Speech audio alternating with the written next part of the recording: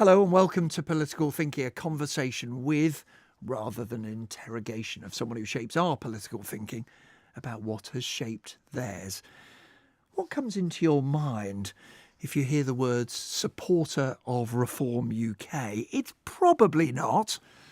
My guest this week, a young Muslim man, son of Sri Lankan immigrants, who studied international relations at the LSE. But Zia Yusuf is the new face of Nigel Farage's party. He's the party chairman, given the job by Mr Farage, he says, to professionalise the party. And this week, he and Nigel Farage were able to celebrate the fact the party has many, many new supporters.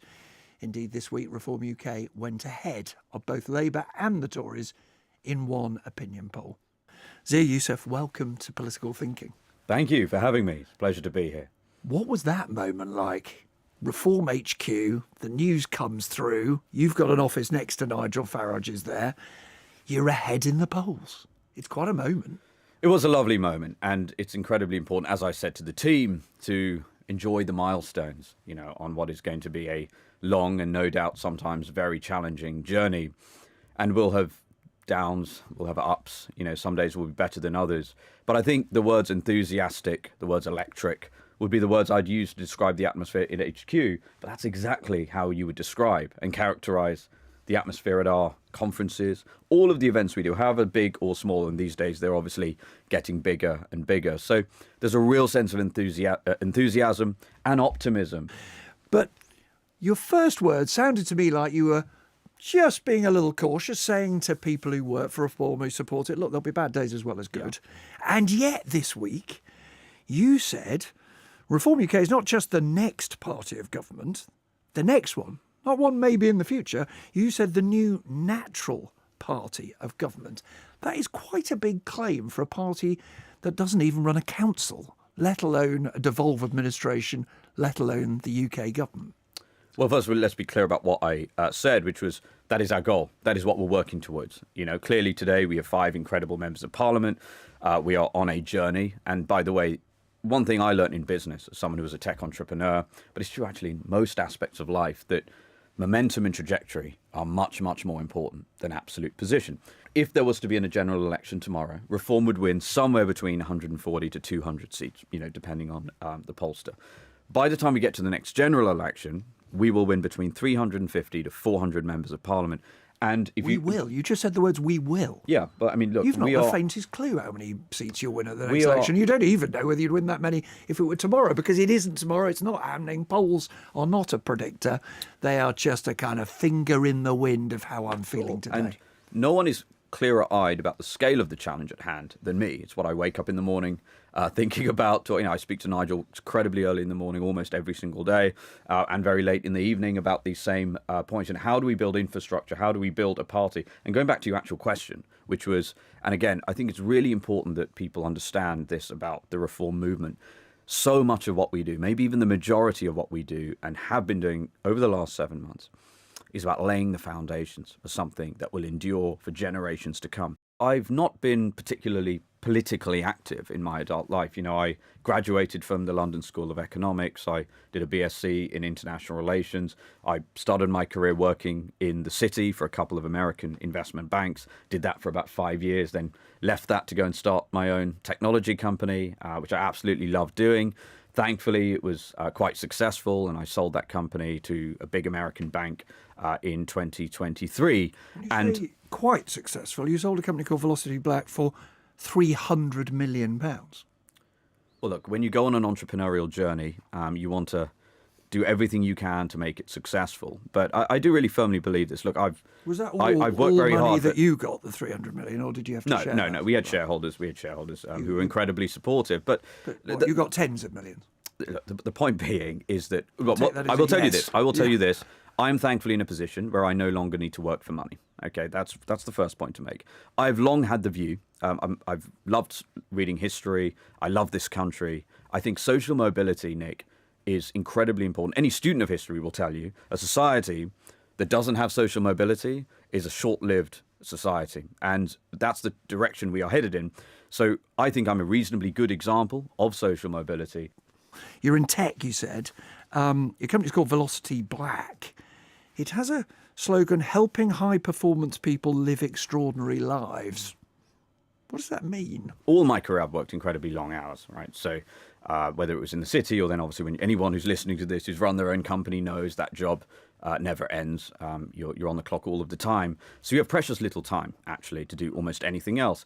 And I think to live a life, ultimately, I think life is about looking back on your life at the end and saying, that's a life I'm glad that I lived. And there are so many aspects to that. And so a lot of what we tried to do with our business was cater for that person who has resources, but very, very little time. And I saw these people who's familiar. It's they're time poor and money rich.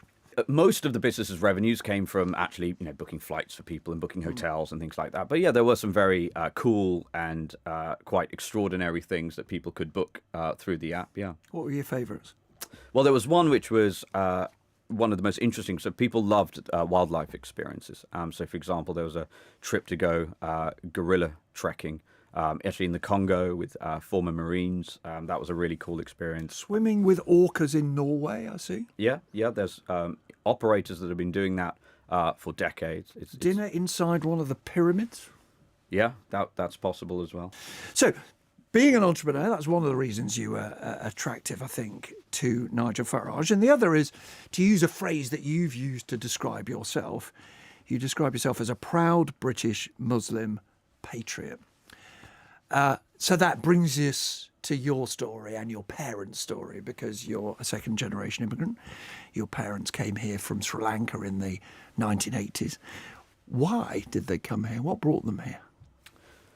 Well, my father wanted to try to create a better life, I think, for my mum and ultimately for, at the time, they had one child, my elder brother.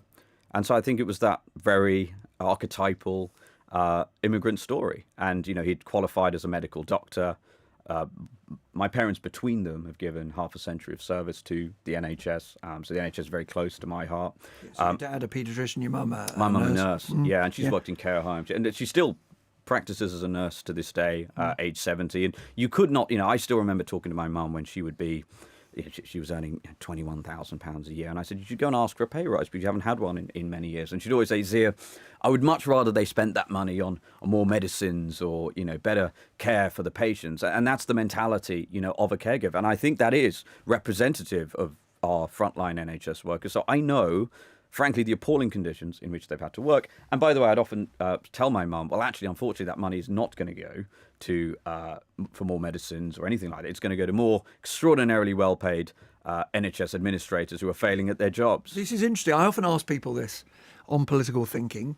Did you have those debates when you were a child? Was yours the sort of house in which you'd read the paper or watch the TV news, listen on the radio and have an argument about what was going on in the world, or was politics very much out there? Yes, somewhere in between, moderately. So politics did come up. We weren't a hugely political family. As I said, I've always been very interested in history. I remember when I got my GCSE results, I got a prize from the headmaster, which was Neil Ferguson's book, Empire, which I absolutely loved and wolfed down very quickly. But I think politics has been something that we've talked about. A lot of it has been, about the NHS, just because that was obviously what my parents focused on. And because I came at it from a slightly different perspective, they came at it purely from the caregiver perspective. I came at it more from I tried to look at things at a systems level and look at incentives. It's quite a booky house, yours, I get the sense. It's a house in which education really matters. Indeed. So my parents didn't have much in the way of resources, but they gave me a lot of love. They gave me education, which I'm extraordinarily grateful for. And I think those things are both incredibly important to create social mobility. I still remember, for example, my mother would 4 times a week, without fail, and there were no excuses allowed, I had to read with her a chapter of the children's encyclopedia. A whole chapter? Yeah. So it would be, specifically about a single thing. So, for example, I still, for some reason, the yaks are burnt into my memory. The fact that they can live, you'll find them at 10,000 feet above sea level in the Himalayas. They can survive temperatures 40 degrees below freezing. Extraordinary animals. And, the point about this was they really enshrined in me from a very early age how important education was. And that also came through in the sacrifices they made to send me to, I went to an independent school. I won a scholarship. I won an academic scholarship, which meant the fees were reduced by 50% for me. Yeah. But despite that, they you both went to had quite a posh school in Surrey. It was a wonderful school. Hampton School, £28,000 a year. I looked it up this morning. That's what it would cost if you went It's gone up there. a lot more. It was even adjusted for inflation. The fees have gone up a lot, which is not a great thing, I think. But it was an amazing school. I absolutely loved it there. I'm very grateful to have gone there. But both my parents worked 2 jobs at the time because they were doing their main jobs and doing locums, and they took out a second mortgage to be able to send me there, which again brings us back to the VAT that has now been placed on independent let's not bring school us back fees. to current policies. But it's an important point because that would have taken that task for my parents beyond their capabilities. And would have sent my life in a different direction. Understood. That's a perfectly reasonable point. It's funny, when I first entered British politics, Nick, I would often get asked by interviewers in broadcast, oh, well, aren't you just trying to... So we talk about wanting to freeze migration for a few years and stop the votes, and said, Zia, as a second-generation immigrant, aren't you just trying to pull the ladder up from behind you? And I always find that really interesting because invariably that's a white liberal interviewer asking me that question. Well, and so it wasn't a question I had planned to ask you. No, exactly. No. You are... I'm not going to ask it now. No, but... I'll tell you what I am going to ask you is when you talk of loving the country... Yeah.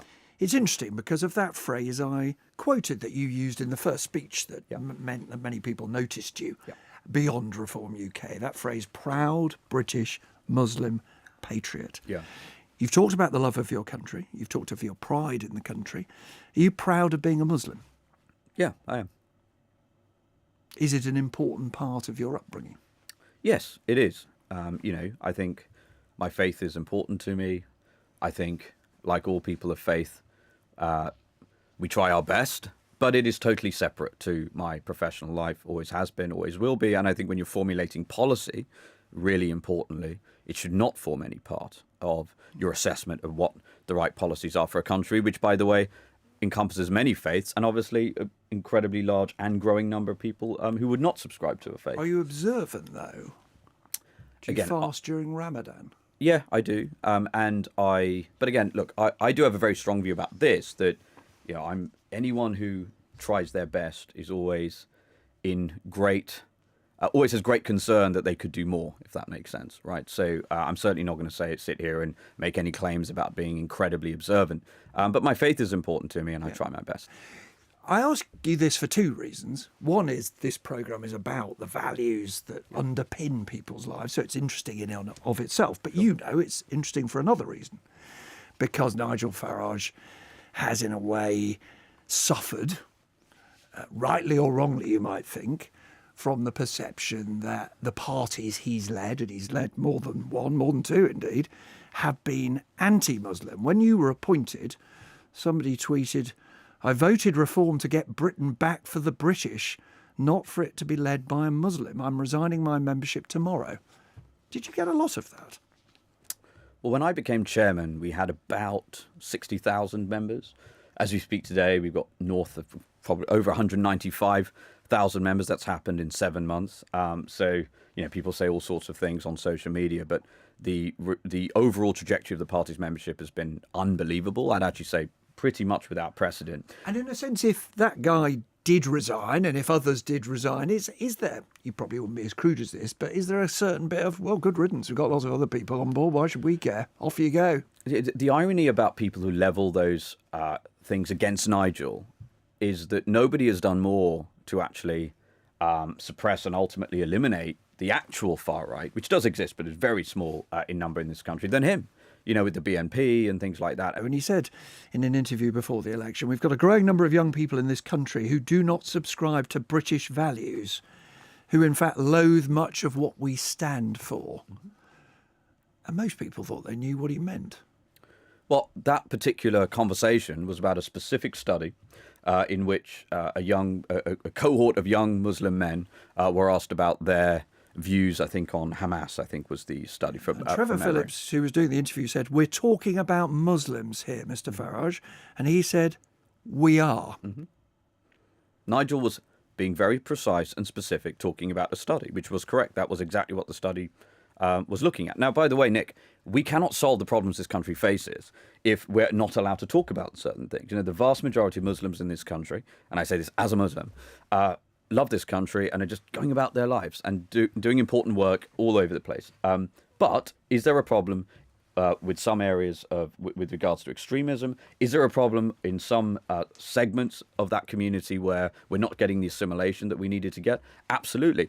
Now, it's interesting for another reason, which is if you've said, in an overused phrase, mine, not yours, by the way, you've been on something of a journey politically, that you've described yourself as having been left-wing when you were a young man. You actually marched against the Iraq War. You were part of that big march on the streets of London. Why were you there? Because I could tell even back then that there was no real reason to go to war in Iraq. I thought it was going to be a disaster. And you went with your dad on that Iraq march.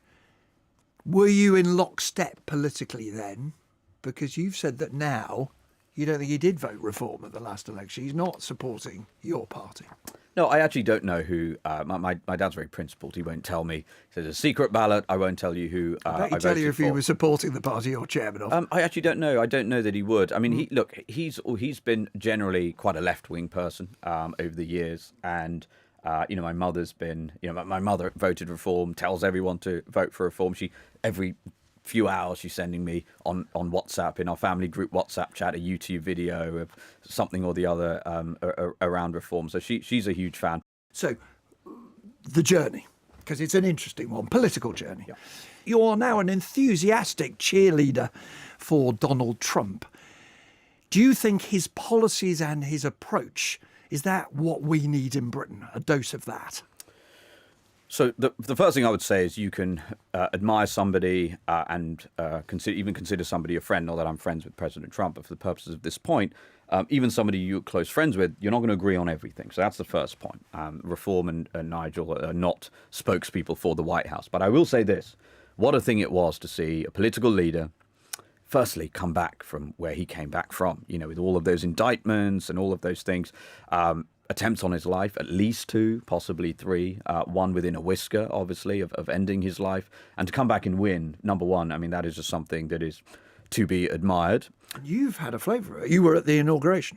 I was in Washington DC because they scaled back the size of the audience. I wasn't at in the actual room, unfortunately. You were in town for the moment. Yeah. I would have been there were it not for that. And there was a big party. We know that supporters of Nigel Farage threw to kind of celebrate the night before. And did you meet some of the key guys? There were senators and congressmen, and you have and Pete Hegseth, who was the incoming defense secretary, and that was a really fascinating and quite inspiring event because he came up on stage and he said, listen, under President Trump's direction, the Department of Defense and American forces will now revive the warrior spirit, and war will always be the very last resort. And then look at how much he got done. I mean, I tweeted out the other day, President Trump, whether you agree with what he's doing or not, he came to power with a mandate.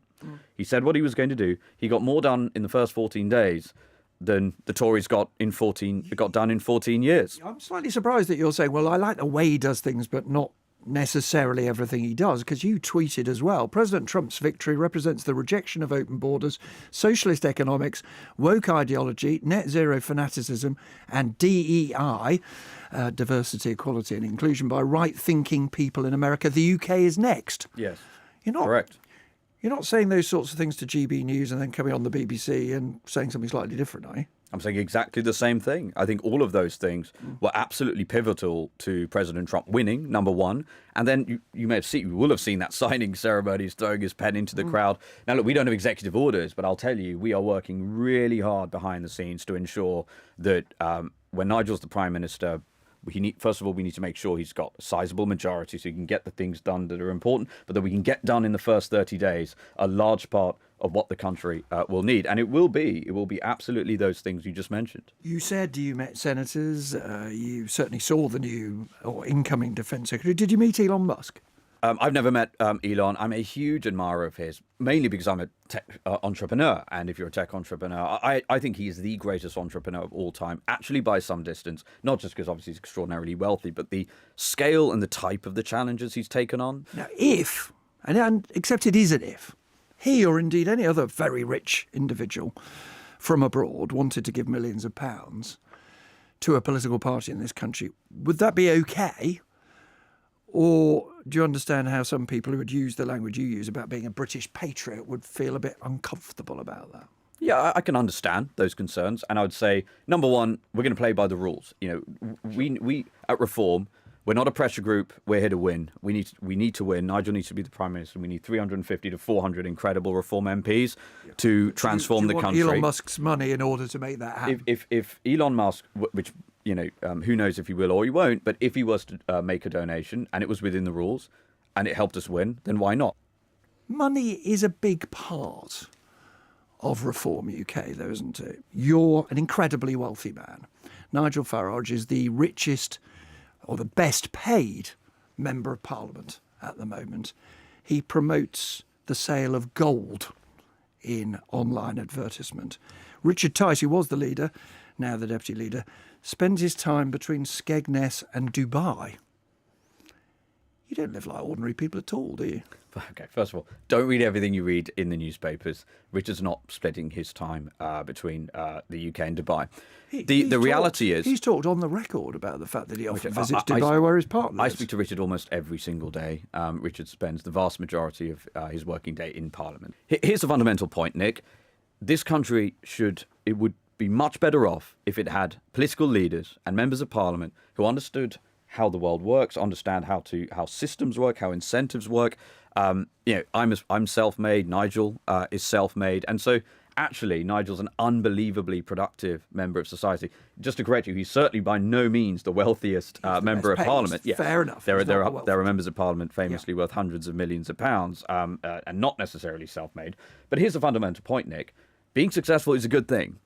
And we're really clear about this. And I think this is important culturally for the UK when you talk about incentives and how people grow up in this country. Success should be celebrated. Success should be rewarded. Nigel, I will tell you, makes huge financial sacrifices in order to do the job that he does. He could earn much, much more money if he wanted to, manifold more time. How do you stay in touch with what people who don't go to Dubai promote gold or earn their money by selling very expensive holidays to people? How do you stay in touch with those people?